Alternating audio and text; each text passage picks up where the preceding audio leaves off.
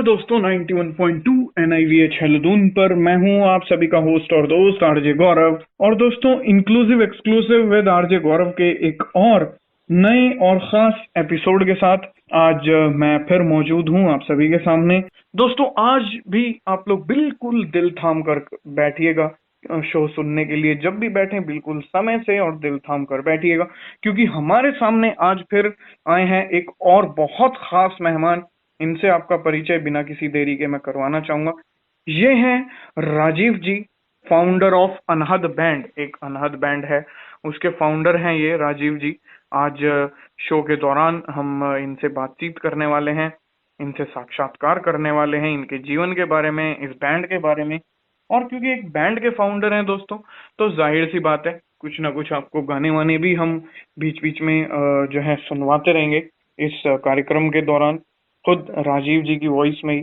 तो सबसे पहले राजीव सर से आपका परिचय मैं करवा देता हूँ आवाज के माध्यम से भी। राजीव सर, आपका बहुत बहुत स्वागत है हमारे आज के इस खास कार्यक्रम में। बहुत बहुत शुक्रिया, बहुत बहुत धन्यवाद जी। थोड़ा सा आप हमारे श्रोताओं को अपने बारे में बताइए सबसे पहले। राजीव है मेरा नाम, और मैं बेसिकली एक एक्सीडेंटल पोएट हूँ जी और सिंगर होने की कोशिश कर रहा हूँ जी।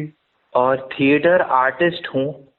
थिएटर आर्टिस्ट इसलिए मतलब क्योंकि थिएटर में थिएटर कर चुका हूँ जी। बाकी मैं ये दावा नहीं करता कि मैं एक अच्छा थिएटर आर्टिस्ट हूँ जी। तो थिएटर आर्टिस्ट भी मैं, क्योंकि थिएटर करता हूँ इसलिए थिएटर आर्टिस्ट भी हूँ। और तो खैर एक शेर है ना गौरव, गालिब के पूछते हैं वो कि गालिब कौन है, कोई बतलाओ कि हम बतलाएं क्या। जी। तो वही है कि कौन हूँ मैं, और फिर कोई तो क्या क्या बताऊँ अपने बारे में। बस वही है छोटा सा जो है अपना परिचय। बाकी कभी इंट्रोडक्शन देना आया ही नहीं यार।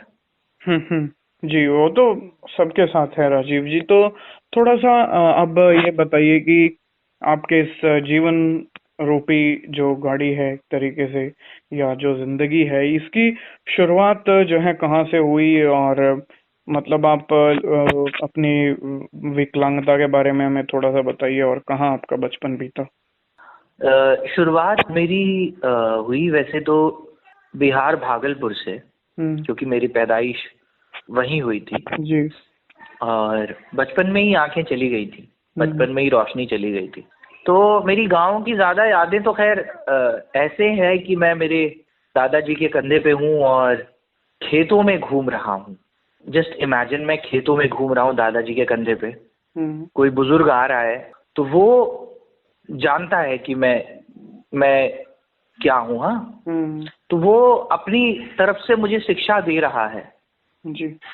वो सोच रहा है कि मतलब ठीक है, he is blind but he has 2 legs, 2 hands, 1 nose, 1 mouth and 32 teeth। जी। एक दिमाग है 250 ग्राम का, 2 कान है, तो वो बाकी सारी चीजें कर सकता है, पर दिक्कत आंखों में। तो हर बुजुर्ग अपनी तरफ से कोई शिक्षा दे रहा है जी। गांव में। जी।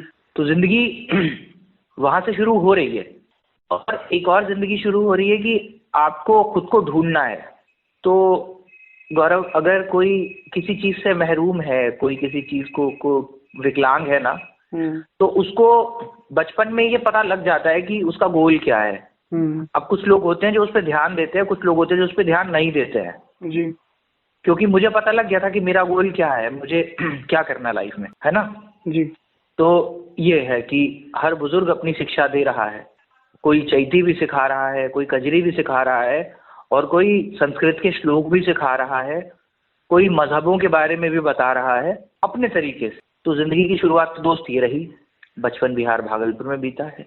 विकलांगता की शुरुआत के बारे में मैंने बता ही दिया है। शिक्षा दीक्षा और आगे कहाँ तक क्या क्या पढ़ाई की है आपने? एजुकेशन मेरी हुई है नैब दिल्ली से, national association for the blind ji, new Delhi से हुई है, और ब्रेल वहां से सीखा, फिर टैगोर इंटरनेशनल, फिर नवीन स्कूल, फिर उसके बाद दिल्ली यूनिवर्सिटी में हिस्ट्री से किया ग्रेजुएशन पीजीडीवी कॉलेज से। और शिक्षा जो है ना, मेरे हिसाब से एक सवाल ये हमेशा से पूछा जाता है कि आपकी शिक्षा कहाँ हुई है। तो जो शिक्षा है ना वो तो चलती ही रहती है जी एक आर्टिस्ट के लिए, शिक्षा हमेशा चलती रहती है। जी तो आर्टिस्ट से वैसे ये सवाल गलत है कि आपकी शिक्षा कहाँ से हुई है। ये पूछना चाहिए कि आपकी शिक्षा की शुरुआत कहाँ से हुई और अभी कैसी चल रही है। जी जी मतलब एक आर्टिस्ट से ये पूछना चाहिए। जी। तो बहरहाल अब आगे और हम बढ़ना चाहेंगे, और इससे पहले कि हम आगे बढ़ें, आगे का इंटरव्यू करें, वो किस पे है और क्या है वो भी बताएं। क्या हमारे श्रोता पहचान ही जाएंगे जब मैं आपको कहूंगा कि राजीव सर, आगे बढ़ने से पहले अगर आप कोई गाना हमारे श्रोताओं को सुनाना चाहें। जी जी, तो क्या सुनोगे बताओ? कुछ भी, आप जो आपकी इच्छा। देखो, हम लोग के बैंड के बारे में मुझे पता है तुम सवाल पूछोगे, बट हम लोगों का काम फोक म्यूजिक पे थोड़ा ज्यादा है। जी जी अपनी मिट्टी पे ज्यादा है जी। चाहे वो उत्तराखंड की मिट्टी है, कश्मीर की मिट्टी है, बिहार की मिट्टी है। तो मैं कश्मीरी कुछ सुनाऊंगा तुमको। हाँ जी। सॉरी, डोगरी। हाँ, तो मैं तुमको डोगरी सुनाऊंगा जी ऑडियंस के लिए। अंगलानिया सच बो मारे बंकु दिया चचवा, अंगलानिया सच बो मारे बंकु दिया चचवा, मिगी भी ले चला कचबो मारे बंकु दिया चचवा, हफ्ता तुरी जाना नौकरी चाकरी, हफ्ता तुरी जाना नौकरी चाकरी, मिगी भी ले जाना मिगी फड़ाई जाना खुरपा दातड़ी, मिगी फड़ाई जाना खुरपा दातड़ी, कमे कने ओहो कमे कने टुटी जाना लक वो मारे पंखु दिया चाचवा, अंगलानिया सच वो मारे बांकू दिया चाचवा। तो ये है, ये डोगरी है, जम्मू कश्मीर के इलाके में लोग। कुछ अगर आप हमारे श्रोताओं के लिए इसका अर्थ बताएं, क्या है इस गाने के अंदर? अच्छा, इस गाने का मतलब ये है, जैसे तुम पर्सनली तुम बेसिकली कौन से स्टेट से हो? मेरा तो हरियाणा से हूँ मैं जी। तो हरियाणा में मान लो झज्जर के किसी सुदूर गांव की एक लड़की है, अभी नई नई शादी हुई है, शादी के 3-4 साल हो गए, अब उसको एक बेटा है, उसको बंकू बुलाते हैं। जी जी। उसका नाम बंकू है बेटे का। तो बेटे को ना गांव में कभी कभी बाप को चाचा या बाबू भी बोल देते हैं। तुमको मैं बताऊं, मैं मेरे पिताजी को भैया बोलता था जी। हाँ, 4-5 साल की उम्र तक। तो वो कहती है कि अब उसका जो पति है, जो उस औरत का पति है, वो चला गया है दूर कमाने के लिए, कहीं बैंगलोर कमाने चला गया है, किसी आईटी फर्म में लगा है ना। अभी या तो नया लगा है, कुछ बहुत क्लर्क लगा है, कुछ ऐसे सोच लो। तो वो गा रही है कि बंकू के चाचा, मतलब बंकू के पापा, तू मुझे अपने साथ ले चल, यहाँ मेरे को जो है आप पता तुरी जाना नौकरी चाकरी, आप तो नौकरी में चले जाते हो, मुझे खुरपी दे देते हो, खुरपी गंडासा दे देते हो, यहाँ काम कर करके मेरी कमर टूट गई, मेरे को भी अपने साथ ले चलो। तो ये है इस गाने का मतलब जी। तो अब राजीव जी आगे बढ़ना चाहेंगे, और अब आप अपने बैंड के बारे में सबसे पहले तो यही उसमें मेंशन कीजिएगा कि अनहद बैंड है, तो ये नाम आपने किस तरीके से रखा और इस बैंड का जन्म किस तरीके से हुआ? तो अनहद जो है, अनहद का मतलब होता है sound of universe, which is limitless is called अनहद। तो अनहद का इस्तेमाल कबीर की पोइट्री में बहुत ज्यादा आता है। If you have any interest in poetry जी, जस्ट एक बार गो थ्रू करना कबीर की पोइट्री को। जी, मैं ऑडियंस को भी बोलूंगा कि कबीर की पोइट्री को गो थ्रू करना जी। तो कबीर की पोइट्री में बहुत आता है अनहद, तो उसका नाम लिया क्योंकि हम कबीर से इंस्पायर्ड हैं। और इसकी शुरुआत ऐसे हुई कि कुछ यूनिक करना था, क्योंकि बड़े धोखे मिले थे कि यार ब्लाइंड होने के बावजूद तुम कैसे अच्छा बनाओगे म्यूजिक में, या क्या करोगे, तो रहता है ना। तो मैंने कहा कर करके तो दिखाएंगे जी। और आज हम लोग इस मकाम पे हैं कि बड़े लिटरेचर फेस्टिवल्स में हम परफॉर्म कर चुके हैं। जी जी। जैसे रेखता हुआ और अपना आज तक पे है, परफॉर्म किए हैं जी। अमर उजाला में परफॉर्म किए, अमर उजाला के लिए जी। और ये आपका जश्न अदब है जी। तो स्पोर्ट्स क्लब ऑफ इंडिया है, वहाँ परफॉर्म किया। तो अच्छी अच्छी जगहों पे परफॉर्म किया है by the grace of all mighty. तो ये है मामला। तो इस बैंड में बेसिकली आपने, जैसे कि आपने बताया कि आप लोग फोक म्यूजिक पर ज्यादा करते हो काम, किस तरीके से आप लोग मतलब इसको चलाते हो, क्या क्या काम इसमें, जैसे फोक म्यूजिक तो है ही है, उसके अलावा और इंस्ट्रूमेंट्स का और वो सब? देखो हमारे पास गिटार है, बेस गिटार है, ड्रम, तबला है, ढोलक है, कीज है, कीबोर्ड है। तो पूरा 5-6 पीस का बैंड है, वोकल्स है जी। मैं वोकलिस्ट हूँ, फाउंडर हूँ।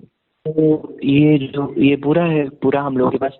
क्या होता है ना कभी कभी कि जब फोक म्यूजिक कर रहे हैं तभी आप जो है फ्यूजन जब तक नहीं करोगे ना चीजों को, तो वो जो है वो चीजें आप सुनेंगे नहीं लोग, क्योंकि फ्यूजन म्यूजिक में जो अभी चल रहा है लोगों को, क्योंकि क्लासिकल समझ नहीं है, सॉरी टू से, कि अच्छे म्यूजिक को वो एक खालिस संगीत सके जी, इसी में फ्यूजन करना पड़ता है। जी। क्या होता है कि अब हम वही उसी पड़ाव पर आ रहे हैं।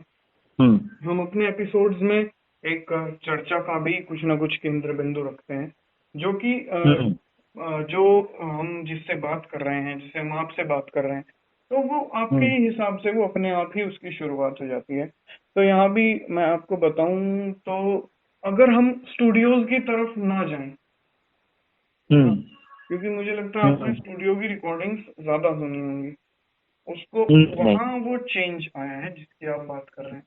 लेकिन अगर हम लाइव देखें, लाइव परफॉर्मेंसेस देखें, तो भाई साहब मैं आपको बकायदा मैं आपको वो दिखा भी सकता हूँ चीजें। अभी भी संस्कृति हालांकि बहुत चेंज हुई है हरियाणवी, शब्द और लोगों को गाने का अंदाज और वो सब, लेकिन जो गायकी है रागनी की वो अभी भी वैसे ही ऊंचे स्वर में और वही हारमोनियम के साथ, वही नगाड़े और मटके के साथ हमने भी गाई है कई बार और आज भी गाई जाती है। स्टूडियो की रिकॉर्डिंग्स में चेंज है, मैं आपकी बात से एग्री हूँ। स्टूडियोज में लोग जिस तरीके से जैसा चाहते हैं वैसा करते हैं। नहीं वो तो ठीक है गौरव, स्टूडियो या लाइव की बात नहीं है, बात म्यूजिक की हो रही है। जी आप जी जी, बात म्यूजिक की हो रही है। तो जो म्यूजिक है ना, चाहे स्टूडियो में आप गाओ चाहे लाइव गाओ, पहुंच तो लोगों तक रही है, और लाइव में फिर भी कम पहुंच रही है लोगों तक। क्यों? तो अरे नुकसान तो स्टूडियो से ही होता है ना जी, है ना। और ऐसा नहीं है, थोड़ा सा ना लोगों का भी इसमें एक वो है राजीव जी की, लोग ऐसी ऐसी चीजें सुनते ज्यादा हैं, चाहे हम अच्छा के नजरिए से ले या गाने के वर्ड। सुनो मेरी बात सुनो, लोगों का क्या है ना, लोगों को कौन दे रहा है, लोगों को दे कौन रहा है? कहीं ना कहीं जो आर्टिस्ट हैं वही लोग हैं, कहीं ना कहीं देने वाले भी। तो जब लोगों को जब बड़े स्टेक होल्डर्स, म्यूजिक के जो सो कॉल्ड स्टेक होल्डर्स है, जब वही लोगों को ऐसी ऐसी चीजें देंगे तो क्यों नहीं सुने। और वैसे भी खराब चीजें तो बहुत जल्दी प्रमोट होती है ना। जी जी। अब मैं बताऊं कि जैसे क्या है कि मैं फोक पे काम है तो मैं हर फोक को बराबर देखता हूँ, क्योंकि ये जो शास्त्रीयता है ना, ये जो क्लासिकल म्यूजिक है वो फोक म्यूजिक से आया है जी, है ना। पुराने तो फोक ही गाते थे, किसको पता था ध्रुपद से पहले निबंध गायकी थी, निबंध गायकी से पहले प्रबंध गायकी थी, प्रबंध गायकी से पहले अनुबंध गायकी थी, अनुबंध गायकी से पहले कीर्तन था। जी, किसी भी चीज को सस्ता कर लें तो वो कीर्तन है। जी, ठीक, अब कीर्तन से फिर से अनुबंध है, प्रबंध है, फिर निबंध है, फिर ध्रुपद है, फिर ख्याल है, फिर ठुमरी है, फिर आदरा है, फिर खजरी, फिर चैती है, फिर उसमें ही फोक में जो है आ गया, फिर फोक में आ गए रागनी। तो कहने का मतलब ये है कि जब फोक खराब होगा, जो बड़े स्टेक होल्डर्स हैं फोक को खराब करेंगे तो ऑटोमेटिकली चीजें खराब होती चली जाएंगी। जी।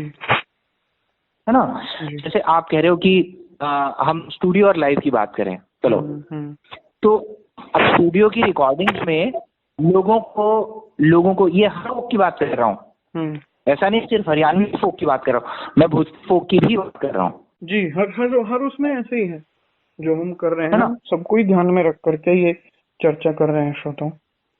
हाँ, तो अब जो है हर फोक में, अब कई फोक में तो ऐसा मतलब बिना ऑटो ट्यून के तो काम ही नहीं चल रहा फोक में जी, है ना। तो फिर उस सिंगर की क्या वो रह जाएगी, फिर तो जो है हमें क्रेडिट तो साउंड इंजीनियर, ऑडियो इंजीनियर को देना पड़ेगा ना, स्टूडियो में जो बैठा है जी। तो उसमें जो एक इज्जत है वो क्या सिंगर की रह जाएगी। तो मेरा कहने का मतलब ये है, फोक म्यूजिक या किसी भी म्यूजिक में तो ये हमने ये शुरू किया है कि भैया हम करेंगे फ्यूजन में, और हम लोग पहले फ्यूजन म्यूजिक तो सुनाएं, उसके बाद हम ओरिजिनल म्यूजिक सुनाएंगे जी, है ना। मान लीजिए जैसे कोई चीज है उसमें 10 चम्मच डलते हैं, तो मैं 9 चम्मच किसी फेमस कंपनी का डालूंगा, 1 चम्मच अपना डालूंगा जी। तो लोगों को धीरे धीरे पहले 1 चम्मच की आदत होगी, फिर 2 चम्मच की आदत होगी, फिर 3 चम्मच की आदत होगी, फिर एक दिन होगा पूरे 10 चम्मच मेरा ही प्रोडक्ट डालेगा जी, समझ रहे हो। तो इस तरीके से हम शुरुआत करना चाह रहे हैं, तो ये मामला है मेरा जी। जैसे अगर मैं कबीर गा रहा हूँ तो कबीर के दोहे कौन सुनेगा, बुरा जो देखकर मैं चला, ये धुन तो पुराना हो गया जी। तो लोगों को कुछ नया चाहिए। नो डाउट कि ये धुन जो है, भाई साहब इस धुन की बदौलत ही सारे कंपोजर्स कंपोज कर पाए हैं, कबीर जो कबीर को सुनते हैं पढ़ते हैं जी, है ना। ये धुन सबसे पहली धुन है, इसकी इज्जत वही है, लेकिन वो हम संगीतकार, संगीत से जुड़े हुए लोग ही कर पाएंगे। एक जो ले मैन है जिसको नहीं पता, उसको नहीं पता यार, उसको हमें समझ सिखाना पड़ेगा कि बेटा देखो जी। अब थोड़ा सा अगर हम आगे चलें, आपसे जानें तो क्या क्या चैलेंजेस आपको इस बैंड को शुरू में बनाने के बाद आए और किस तरीके से आप निकले फिर? यार फाइनेंशियल चैलेंज बहुत बड़ा चैलेंज था जी, बहुत बड़ा चैलेंज था, बहुत मतलब इट वाज वही बिग चैलेंज यार, मैं जिसको ना शब्दों में भी नहीं बता सकता यार। बहुत, हमारे पास इंस्ट्रूमेंट्स नहीं होते थे, हमें तबला ठीक कराने का पैसा नहीं होता था, चांटी फट जाती थी तो कभी कुछ होता था। हमारे पास शोज हमें लोग नहीं बुलाते थे, बोलते थे यार तुम स्टेज पे गिर जाओगे जी। मतलब बड़े भद्दे कमेंट्स मुझे सुनने पड़ते थे। और तो एक ने तो मुझे बोला कि यार ब्लाइंड लोग ना अच्छे नहीं लगेंगे स्टेज पे जी। तो ऐसे ऐसे चैलेंजेस तो आए हैं और आते भी रहे हैं, लेकिन धीरे धीरे करके वही बताया ना कि स्काई इज द लिमिट। फिर तो पहला लाइव प्रोग्राम ऐसे में आपने किस तरीके से और कहाँ पे दिया? प्रगति मैदान में था, national sports club of India में। जी। हम 1.5 घंटे परफॉर्म करने के लिए गए थे। अगर हमने 8 बजे शुरू किया और हमें 11:30 बजे छोड़ा गया था स्टेज से। जी, टाइम था 1.5 घंटे का, कर लिया 3 घंटे। हाँ जी, वही है यार, तो ये रहता है 3.5 घंटा इनफैक्ट। हाँ, 3.5 घंटे। जी। 11:30 बजे के बाद जो खाना लगा वो तो अलग, मतलब है ना जी। उससे पहले परफॉर्मेंसेस हम करते रहते थे, ऐसी कोई बात नहीं थी। हाँ, वो तो लेकिन छोटे मोटे उस पे होगा ना, आधा घंटा। मतलब इंडिविजुअल परफॉर्मेंसेस और बाकी सारी चीजें हम करते रहते थे, बट जो मेन चीज है ना वो उसी टाइम पे किया। आज के समय में अगर हम देखें तो एक वीक के हिसाब से या महीने के हिसाब से कितने शोज लगभग आप लेते हैं, करते हैं? कभी भी एक नौकरी पेशे आदमी से सैलरी नहीं पूछते और उस म्यूजिशियन से ये नहीं पूछते आप कितने शोज कर लेते हैं। नहीं, फिर भी क्योंकि एक अपना एक रूटीन मैनेजमेंट भी है, मैं उस तरीके से आपसे जानना चाह रहा हूँ, कोई ऐसा मोटिव ना लेकर के। आर्टिस्ट का कोई रूटीन नहीं होता गौरव जी। आर्टिस्ट का कोई रूटीन नहीं है, उसको अगर 12 बजे दिन में शो करना है तो कभी ऐसा हो सकता है कि रात को 8 बजे भी शो करना है, कभी ऐसा हो सकता है कि शाम को 6:30 बजे शो करना होता है। जी जी। और कभी कभी ऐसा होता है कि रात को 11 बजे स्टेज चढ़ना होता है जी, क्योंकि जो गेस्ट थे वो लेट आए है ना। तो ये होता है 11 बजे स्टेज पर चढ़े, फिर 3 बजे उतरे, 2 बजे उतरे, 1 बजे उतरे, हाँ।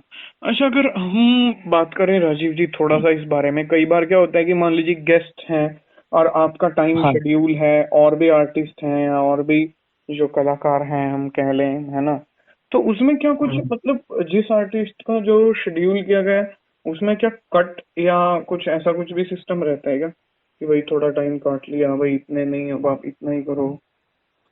हाँ, वो बहुत एम्बैरेसिंग लगता है, वो बहुत बुरा लगता है कि यार नहीं हो पाया। वो तो देखो इवेंट के हिसाब से हम लोगों को चेंज करना पड़ता है ना। अब वो आप कैसा अपने इवेंट है वो भी को देखा रहता है जाता कि हम कर सकते हैं, अगर मान लो कोई आपका है, पहचान का है, इधर उधर का है, तब तो हम कम है। ज्यादा कर सकते हैं, लेकिन बाहर से है वो है, उसमें थोड़ी पॉसिबिलिटीज कई बार कम हो जाती होंगी, राइट? नहीं, क्या पेमेंट की बात कर रहे हो? नहीं नहीं, शो शो अगर टाइमिंग जो है मान लीजिए 4 घंटे है, अब 4 में से हाँ कभी लेट हो गया, गेस्ट लेट आए, प्रोग्राम लेट शुरू हुआ, और भी आर्टिस्ट हैं, तो टाइम ड्यूरेशन। यार देखो, वो तो कम करना पड़ता है, आर्टिस्ट को इतना तो मैनेज करना पड़ता है, उसको यार गाना है, उसको अपना बेस्ट देना है, फिर हमको सेट लिस्ट उस हिसाब से देखना पड़ता है ना।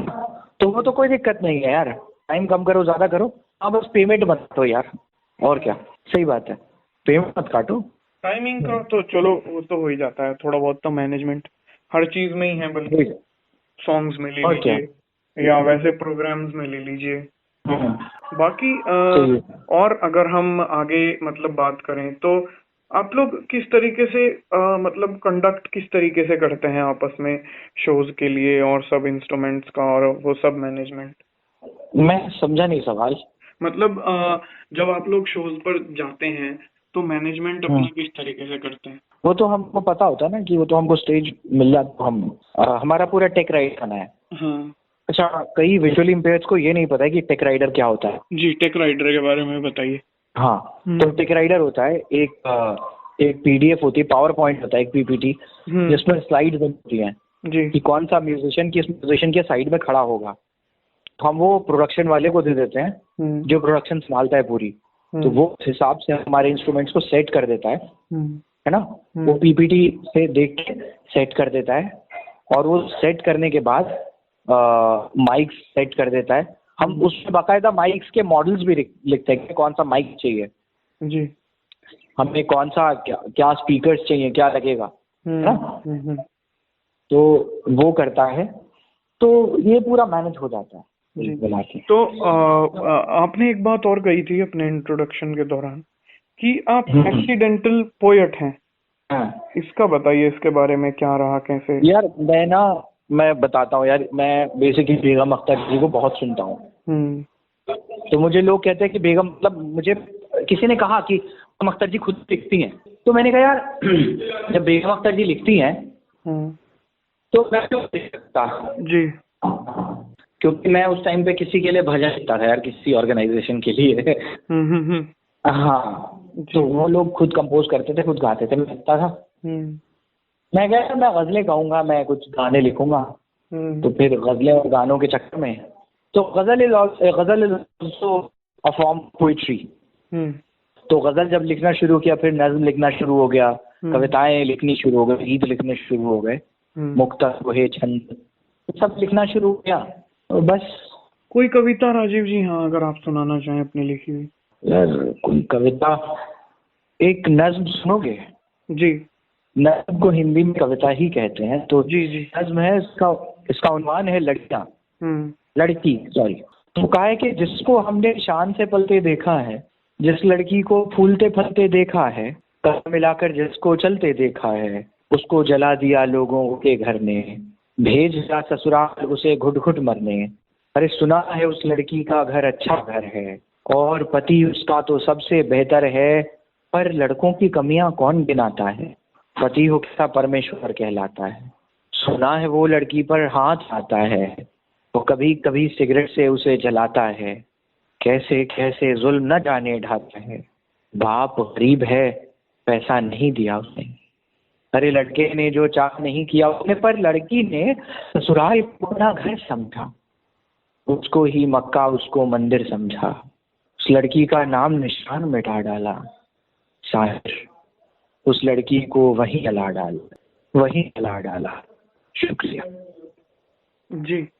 जिस तरीके से इसमें वेदना का वर्णन है राजीव जी, कई बार बहुत ध्यान देना पड़ता है कवि को भी सुनाते हुए कि एक्सप्रेशंस और वो सब आपके क्या होने चाहिए। ये आपके इसमें बकायदा नज्म के अंदर जो है दिख रहे थे। शुक्रिया जी। तो अब लास्ट में राजीव जी बहुत सारी चीजें हमने आपसे जानी और गाना भी लिया, पोयम भी आपसे सुनी। एक मेरी पर्सनल डिमांड और यहाँ पर आप कह लीजिए थी भी कि मैं आपसे एक गजल जरूर सुनना चाहूंगा यहाँ पर। कैसे, मतलब किस तरीके से? कोई भी गजल आप गा करके सुनाए। अच्छा जी। ये गजल है, मेरे ख्याल से इसकी गजल है ये। जी। मैं सुनाता हूँ यार। गुलों में रंग भरे बादे नौ बहार चले, गुलों में रंग भरे बादे नौ बहार चले, चले भी आओ, चले भी आओ के गुलशन का कारोबार चले, गुलों में रंग भरे बादे नौ बहार चले, मकाम फैज कोई राह में जचा ही नहीं, मकाम फैज कोई राह में जचा ही नहीं, जो कुए यार से,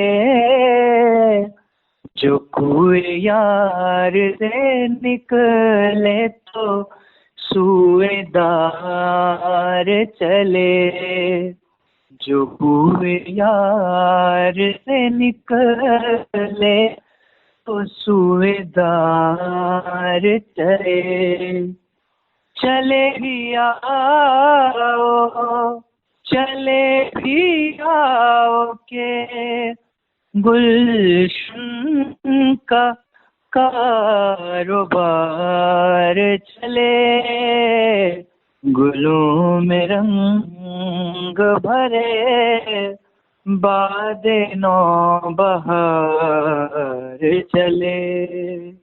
जी। अब राजीव जी इस गजल के बाद लास्ट में आप क्या कुछ मैसेज हमारे श्रोताओं को देना चाहेंगे? मैसेज तो यही देना चाहूँगा कि जिंदगी बहुत मुश्किल से मिलती है, तो जी लो यार, जैसे भी खुशी मिलती है उससे जी लो, बार किसी का नुकसान किए तो सच्चे संगीतकार बन जाओगे, क्योंकि एक रिदम पे जीना, एक रिदम पे जो है, रिदम जो है ना, इंसान जो है एक सुर में रह के जिए तो बेशक वो गले से बेसुरा हो, संगीतकार तो हो ही जाता है। जी, बहुत अच्छा मैसेज राजीव जी ने दिया कि जिंदगी एक ही है, इसको जी लें, जिस तरीके से भी जिए अच्छे से, लेकिन बिना किसी का नुकसान किए हुए। बहुत सुंदर मैसेज ये रहा। और मैं कहा करता था कि ऐसे ऐसे मैसेजेस को दोस्तों अगर फॉलो हम करेंगे तो कहीं ना कहीं बहुत आगे तक ऊंची ऊंची बुलंदियों को, जैसे राजीव जी धीरे धीरे करके छू रहे हैं, आप लोग भी उनको पार कर सकते हैं, छू सकते हैं। राजीव जी, आप कार्यक्रम में आए, इतनी अच्छी अच्छी जानकारियां आपने हमारे श्रोताओं को दी, संगीत के विषय में जो चर्चा रही, काफी सारी चीजें बोली भी।